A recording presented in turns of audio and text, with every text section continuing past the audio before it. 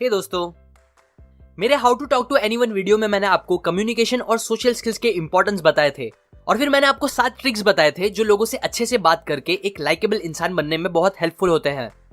सो उसी तरह आज भी मैं आपको रैंडमली उस बुक के बचे हुए 85 ट्रिक्स में से 6 और ट्रिक्स बताऊंगा जो आपकी सोशल स्किल्स को नेक्स्ट लेवल पे लेके जाएगा। So let's begin. Number 1, limit the fidget. 1960 में प्रेसिडेंटशिप के लिए एक लाइव डिबेट हुई थी निक्सन और कैनेडी के बीच में। ये डिबेट देखने के बाद लोगों ने कैनेडी को अपना प्रेसिडेंट चुना था। तब बहुत से पॉलिटिकल पंडित्स ने निक्सन के हारने का एक बड़ा रीजन ये बताया था कि वो कैमरा के सामने बहुत ज्यादा फिजिट करते हुए बात कर रहे थे। वो बार बार अपनी आईब्रोज पे हाथ लगा रहे थे, जिसकी वजह से ही लोगों को सबकॉन्शियसली वो अनइन्फ्लुएंशियल और अनट्रस्टवर्दी भी लगे। क्यों? क्योंकि बॉडी लैंग्वेज एक्सपर्ट्स और बहुत से लोग एक इंसान की बॉडी लैंग्वेज को देखकर ये अंदाजा लगा लेते हैं कि वो झूठ बोल रहा है कि सच। और ये उन लोगों को समझ में आता है बात करते हुए इंसान की बॉडी मूवमेंट्स को देखकर, क्योंकि मोस्ट ऑफ द टाइम ऐसा होता है कि जब कोई इंसान झूठ बोलने लगता है तब उसकी बॉडी लैंग्वेज भी अचानक चेंज होती है और वो अलग अलग स्मॉल मूवमेंट्स करने लगता है, मतलब फिजिट करता है। जैसे कि सामने वाले से आंखें हटा के वापस उसे देखना, अपने गर्दन या फेस पे हाथ लगाना, अपने आईब्रोज को टच करना, एक्सेट्रा। ये सारे स्मॉल मूवमेंट्स हिंट देते हैं कि शायद सामने वाला झूठ बोल रहा है। अब ये हिंट्स हमेशा 100% सही नहीं होते, लेकिन हाँ, ज्यादातर टाइम ये गौर करने लायक होते ही है। वैसे ही हम सबको भी सबकॉन्शियसली उस इंसान पे ज्यादा भरोसा नहीं होता और वो इंसान ज्यादा पसंद भी नहीं आता जो फिजिट करते हुए बातें करता है, बिकॉज फिजिट करना मोस्टली नेगेटिव सिग्नल ही देता है सामने वाले को। जैसे कि कई बार इससे लोगों को लगता है कि आप उनकी बातों में इंटरेस्टेड नहीं हो या आप थोड़े अजीब हो, अनट्रस्टवर्दी हो, एक्सेट्रा। अब ऐसा भी नहीं है कि आप लोगों से बात करते टाइम एकदम रोबोट बन जाओ जो जरा भी हिले डुले ना, लेकिन ऑथर कहती है कि जब भी आप कोई इंपॉर्टेंट बातें कर रहे हो किसी से भी, तब वो टाइम फिजिट करना अवॉइड करो, क्योंकि नजरें इधर उधर करना, अपने फेस के पास हाथ लेके जाना, ये सब रॉन्ग सिग्नल देते हैं सामने वाले को। इसीलिए limit the fidget. Number 2, always come out positive. बहुत बार मैंने देखा है कि लोग किसी से पहली बार या दूसरी बार मिलते ही उन्हें अपनी लाइफ की ट्रेजेडीज और सारी प्रॉब्लम्स बताने लगते हैं। उन्हें लगता है कि ये करके शायद वो सामने वाले से इमोशनल कनेक्शन बना रहे हैं या कुछ तो अच्छा ही कर रहे हैं, जबकि एक्चुअल में वो बहुत गलत कर रहे होते हैं। क्योंकि मोस्टली आपकी नेगेटिव बातें सुन के सामने वाले को भी नेगेटिव और खराबी फील होगा, जिसके बाद वो सबकॉन्शियसली आपको नेगेटिविटी के साथ एसोसिएट कर देंगे और फिर शायद ही उनका आपसे वापस बात करने का दिल भी करे। इसीलिए स्टार्टिंग में कुछ टाइम तक आपको किसी से भी मिलके बस पॉजिटिव बातें ही करनी चाहिए, जैसे कि एक दूसरे के goals, passion, dreams, interest, etcetera की बातें, या कोई भी फन बातें जो सामने वाले को अच्छा फील कराए। और आर्ग्यूमेंट्स या नेगेटिव बातें हमेशा दूर रखनी चाहिए। ये चीज आपको बहुत लाइकेबल और अट्रैक्टिव बना देगी। इससे लोगों को आप एक पॉजिटिव इंसान लगोगे जो लाइफ को एंजॉय करता है, ना कि एक नेगेटिव इंसान जो अपनी प्रॉब्लम्स में ही परेशान रहता है। नेगेटिव बातें जल्दी ना करने का एक और रीजन ये भी है कि अगर आप स्टार्ट में ही बुरी बातें बताओगे तो सामने वाला ये भी सोच सकता है कि आप अभी ही इतनी बुरी बातें बता रहे हो, तो पता नहीं आगे और कितनी बुरी बातें बताओगे जो इससे भी ज्यादा बुरी होगी। इसीलिए किसी भी रिलेशनशिप को पॉजिटिवली बिल्ड करने के लिए स्टार्ट में आप हमेशा पॉजिटिव बातें ही करो। Number 3, a modern day renaissance man. मुझे बुक्स में इंटरेस्ट है, इसका मतलब ये नहीं है कि मैं जिससे भी मिलूं मुझे उससे बुक्स के बारे में ही बातें करनी चाहिए। और दूसरी तरफ क्योंकि मुझे हॉकी में इंटरेस्ट नहीं है, इसका मतलब ये भी नहीं है कि मुझे हॉकी के बारे में कुछ भी नहीं पता होना चाहिए, या अगर मेरा दोस्त मुझे हॉकी के बारे में कुछ इन्फॉर्मेशन दे रहा है तो मुझे वो नहीं सुननी चाहिए। ज्यादातर नॉर्मल इंसान उन चीजों पे जरा भी ध्यान नहीं देता जो उसके इंटरेस्ट की नहीं होती। लेकिन अगर आपको एक सोशली समझदार इंसान बनना है तो आपको थोड़ी बहुत नॉलेज हर फील्ड या हर गेम की होना जरूरी है, क्योंकि क्या पता कल आपको किसी ऐसे इंसान से बात करनी पड़ जाए जिसे हॉकी में बहुत इंटरेस्ट हो, लेकिन क्योंकि आपको हॉकी के बारे में कुछ पता ही नहीं, इसलिए आप उसे अच्छे से बात भी ना कर पाओ और ना ही आपको वो डील मिल पाए जो आपको उसके साथ अच्छे से बात करने पर मिल सकती थी। इसीलिए आप हमेशा हर फील्ड की थोड़ी बहुत नॉलेज रखो, क्योंकि इससे आपको हर टाइप के लोगों से बात करने में आसानी होगी और आप किसी के भी साथ एक अच्छा रिलेशन बना सकोगे। Number 4, be a word detective. Author की फ्रेंड नैन्सी एक नर्स थी जो नर्सिंग होम में बुजुर्ग लोगों का ख्याल रखती थी। वो एक बार ऑथर से मिलने आई अपनी एक प्रॉब्लम लेके। प्रॉब्लम ये थी कि नैन्सी को उन एल्डर्स की केयर करनी थी उनसे अच्छे से बात करके, लेकिन क्योंकि एज डिफरेंस का गैप बहुत ज्यादा था इसीलिए वो उन लोगों से घुल मिल नहीं पा रही थी, स्पेशली एक औरत से जिनका नाम मिसेस ओटिस था। ओटिस थोड़ी खड़ूस टाइप की औरत थी जो कभी किसी से बात नहीं करती थी।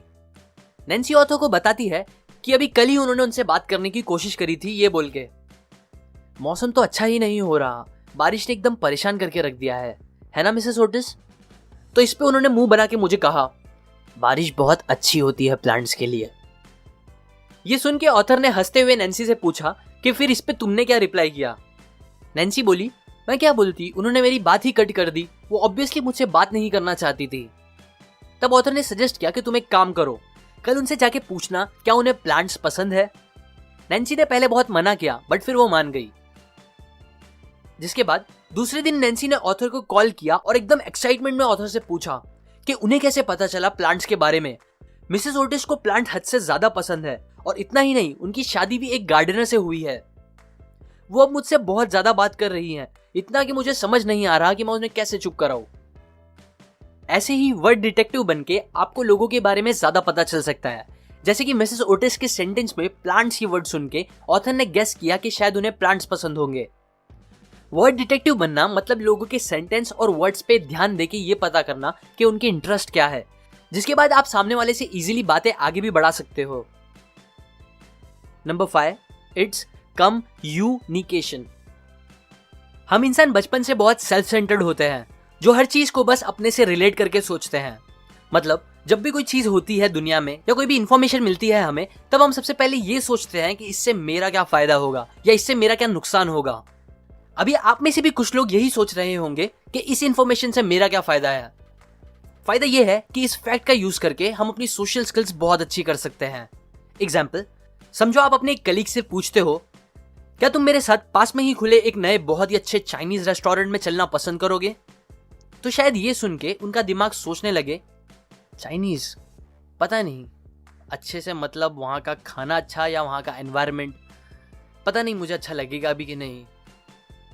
और ऐसे ही सेल्फ रिलेटेड बहुत से क्वेश्चंस आएंगे उनके दिमाग में, और ये सब क्वेश्चंस की वजह से उन्हें हेजिटेशन होगी, जिससे आपको भी अच्छा नहीं लगेगा। लेकिन अगर वैसे क्वेश्चन पूछने के बजाय अगर आप वो सेम चीज ऐसे पूछोगे कि जिल, तुम्हें पता है पास में एक बहुत अच्छा चाइनीज रेस्टोरेंट खुला है, तुम्हें वो सच में बहुत अच्छा लगेगा, चलोगे मेरे साथ? सो इस तरह क्वेश्चन को उनसे ज्यादा रिलेट करने से ज्यादा चांस हो जाएंगे कि वो इंसान आपको हाँ बोलेगा, क्योंकि आपने उनके बहुत से हेजिटेशन अपने क्वेश्चन से ही दूर कर दिए होंगे, ये बोल के कि तुम्हें पसंद आएगा।